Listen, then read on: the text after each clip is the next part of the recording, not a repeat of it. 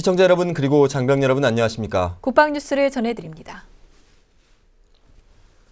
한미일 3국의 국방부가 3자 정보공유 약정을 체결하기로 했습니다. 정보공유의 범위를 북한 핵과 미사일 위협에 관한 정보로 한정했습니다. 오상현 기자의 보도입니다. 우리나라와 미국, 일본이 북한의 핵과 미사일 위협에 관한 정보를 공유하기로 했습니다. 정보공유 약정 체결의 주체는 3국의 국방부로 정했고 오는 29일 각국의 국방부 차관이 서명합니다. 한미일 3국 간 정보공유 약정을 체결하면 우수한 한미연합 정보 능력에 일본의 정찰 위성 등 탐지 능력이 추가되어 정보의 정확도와 신뢰도가 더욱 높아집니다. 따라서 보다 긴밀하고 신속하게 북한의 핵과 미사일에 대응할 수 있게 됩니다.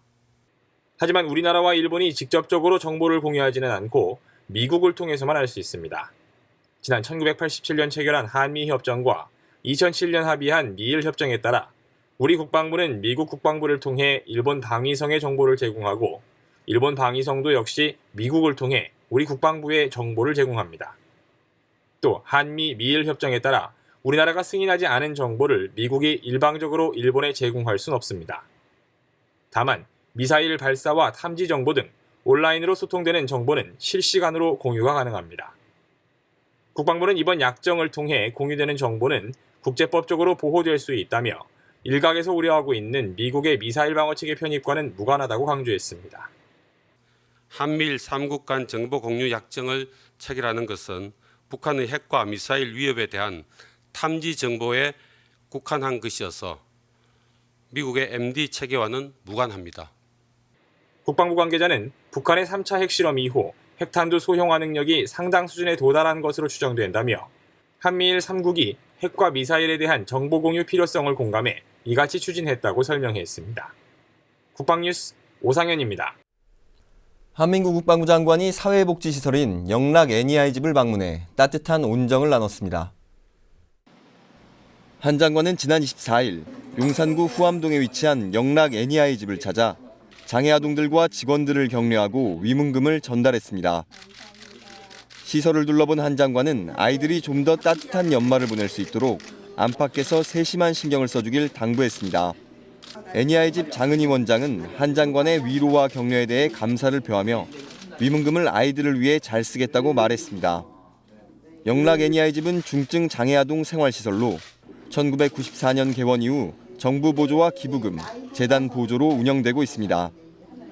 국방부는 매년 연말 연시 사회복지시설을 방문해 위문금과 위문품을 전달하고 봉사활동을 통해 주변의 어려운 이웃과 따뜻한 정을 나누고 있습니다.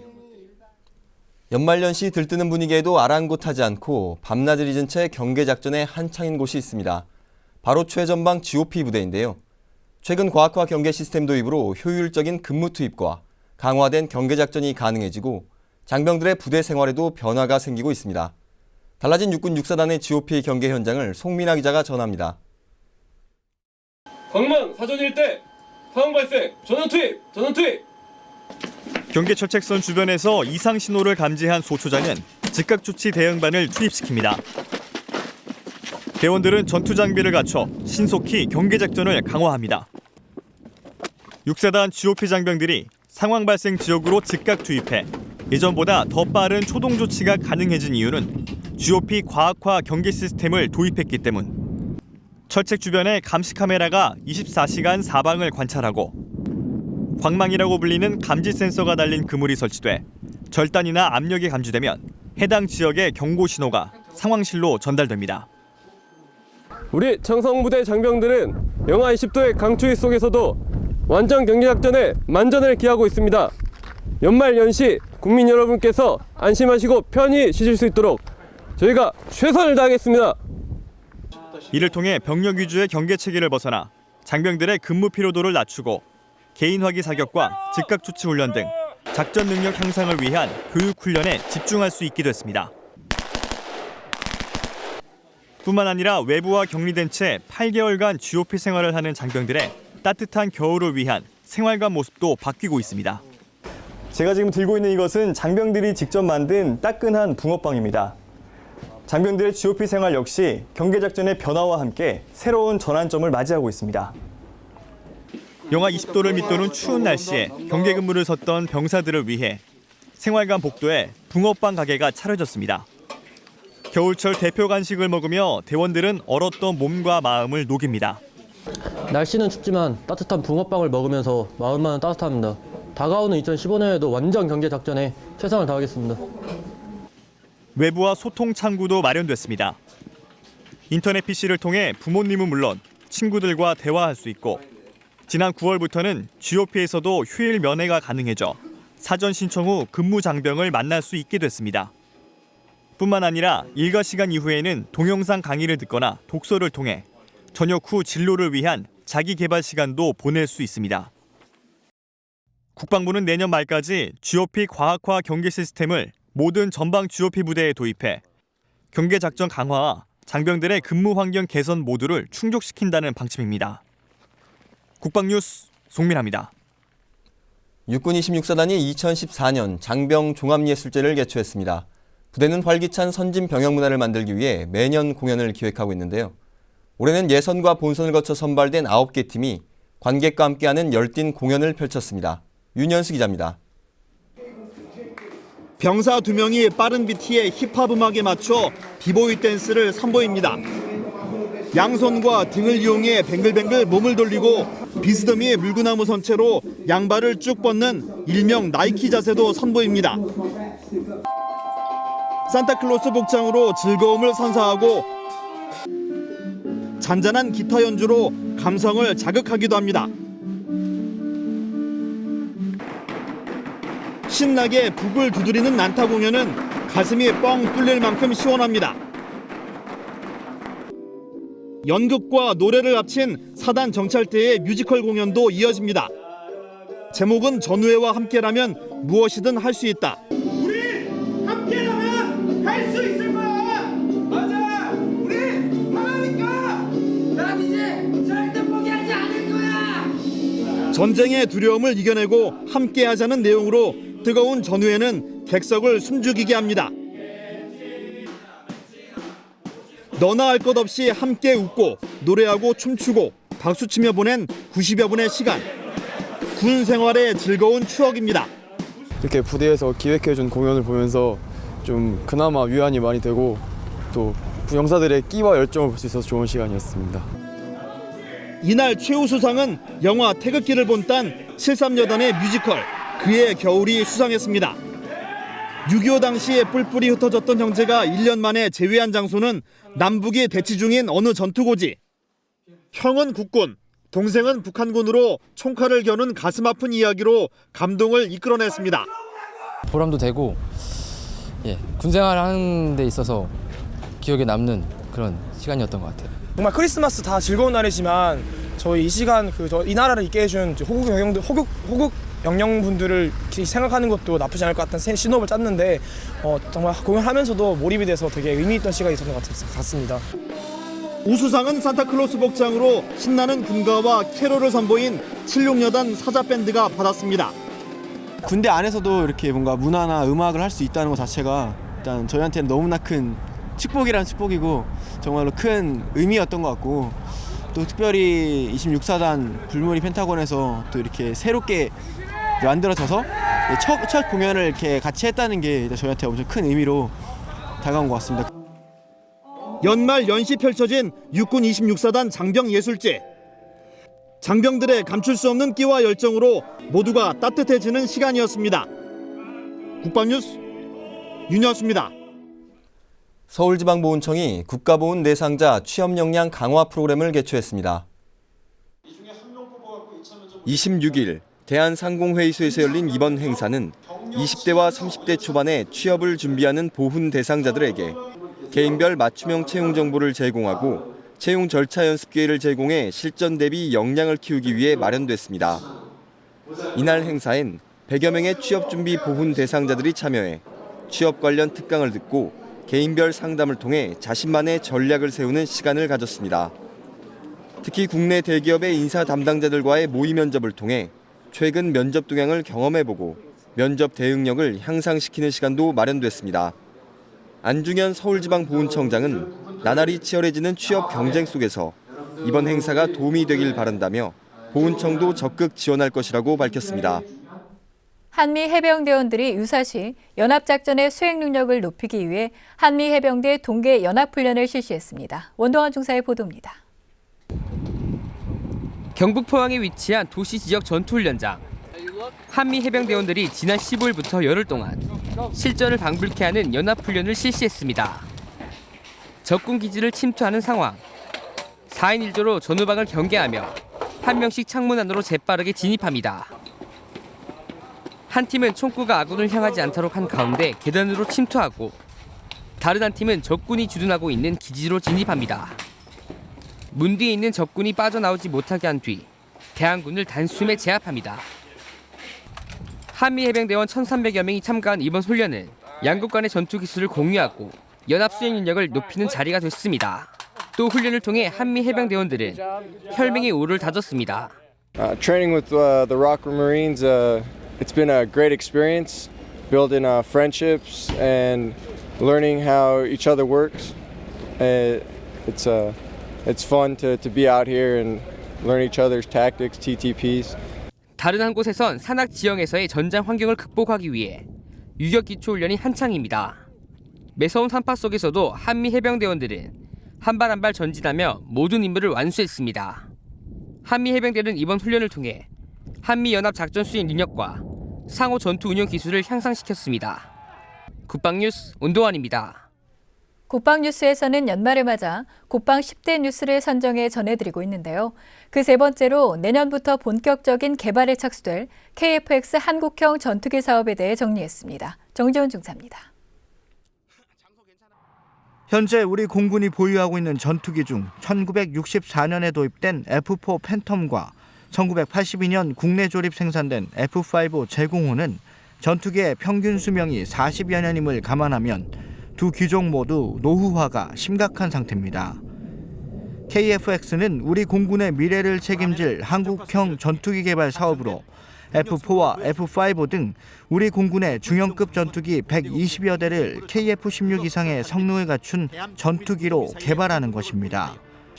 개발 기간만 10년 6개월, 개발비와 양산 비용이 20조 원에 육박하는 당군 이래 최대의 무기 사업입니다. 국내 기술로 한국형 전투기를 개발하게 됩니다. 그 개발되는 전투기의 그 성능은 현재 우리가 운영하고 있는 F-16 플러스급, 그러니까 F-16보다 약간 더 그 성능이 좋은 항공기를 개발하려고 이제 계획을 하고 있습니다.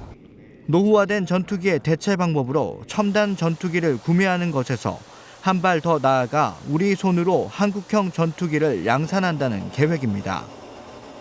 초기 자본은 더 들지만 장기적인 측면에서 볼 때 한국형 전투기 사업이 갖는 장점과 이윤이 더 크다는 분석입니다.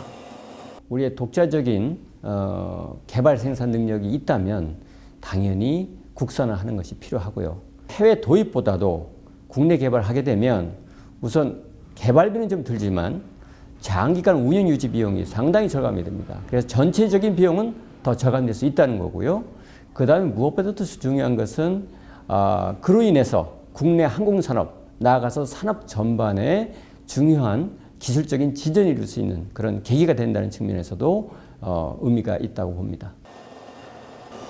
전력화 시기는 당초 계획인 2023년보다 2년 늦은 2025년으로 조정됐고 군은 앞으로 전력화 시기를 단축할 수 있는 방법을 지속적으로 강구해 나갈 계획입니다. 또 오랜 논의 끝에 차세대 전투기에 쌍발 엔진을 장착하는 것으로 결정하고 본격적으로 체계 개발을 앞두고 있습니다. 전투기를 만드는 데 필요한 전체 기술 중 우리나라가 보유하고 있는 기술은 약 90%. 나머지 부족한 기술은 현재 추진 중인 FX 사업 절충 교육을 통해 확보할 예정입니다. 우리나라는 FA-50 개발로 약 7조 6천억 원의 국내 산업 파급 효과와 2만 7천여 명의 일자리 창출을 기대할 수 있게 됐습니다.